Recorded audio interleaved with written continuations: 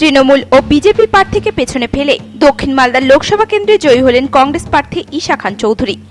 দক্ষিণ মালদা লোকসভা কেন্দ্রে 1,13,965 ভোটে এগিয়ে কংগ্রেস প্রার্থী। জয় নিশ্চিত হতেই আনন্দ উল্লাসে মাতলেন কর্মী সমর্থকরা। জয়ের ব্যাপারে কংগ্রেস প্রার্থী ঈশা খান চৌধুরী জানান, মালদা কংগ্রেসের ঘাঁটি। সাধারণ মানুষের সাথে দলের একটা সম্পর্ক রয়েছে। শান্তি এবং উন্নয়নের জন্য মানুষ কংগ্রেসকে ভোট দিয়েছে।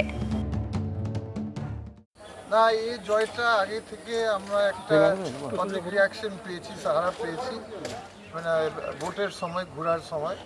তারপরে ভোটের পরেও হাজার হাজার মানুষ আমরা মিশেছি, আবার ওই একই রিয়াকশন, আবার একই সারা। লোক বলছে যে দেখুন কংগ্রেস এবার জিতছেন, এবার আপনারা জিতে গেছেন, নিশ্চিন্তে থাকুন। তো ওরকম আমরা ধরছি, যতক্ষণ আমাদের ভিতরে কাউন্টিং হয়েছে 1,20,+ হবে, 1,20,+ হবে। 2019 সালে দেখা গিয়েছিল সেখানে ব্যবধান অনেক কম ছিল, সেই জায়গায় এইবার অনেকটা বেড়ে গেছে। কি কারণে, কি মনে করছেন? দেখুন, আমি বলবো মালদা হচ্ছে একটা কংগ্রেসের ঘাঁটি, ঠিক আছে, দীর্ঘদিন ভালোবাসে, একটা ভালোবাসা আছে, একটা সম্পর্ক আছে মানুষের সঙ্গে। সেই সম্পর্ক তো ভাঙেনি, আজকেও আছে। মানুষের ভরসা আছে আমাদের সঙ্গে যে আমরা কাজ করব উন্নয়নের জন্য এবং শান্তির জন্য।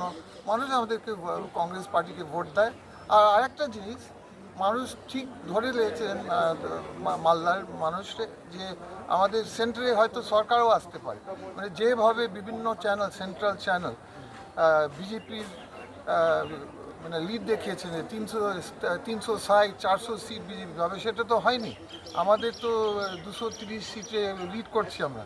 তো এরকমও হতে পারে যে কেউ অন্য দল থেকে যদি ছেড়ে দেয়, অন্য অ্যালায়েন্স যদি ছেড়ে দেয়, আমাদের সঙ্গে যোগদান দেয়, আমাদের সরকার হতে পারে, না হওয়ার কিছু না। মালদা থেকে পরিতোষ সরকারের রিপোর্ট, নিউজ টুডে।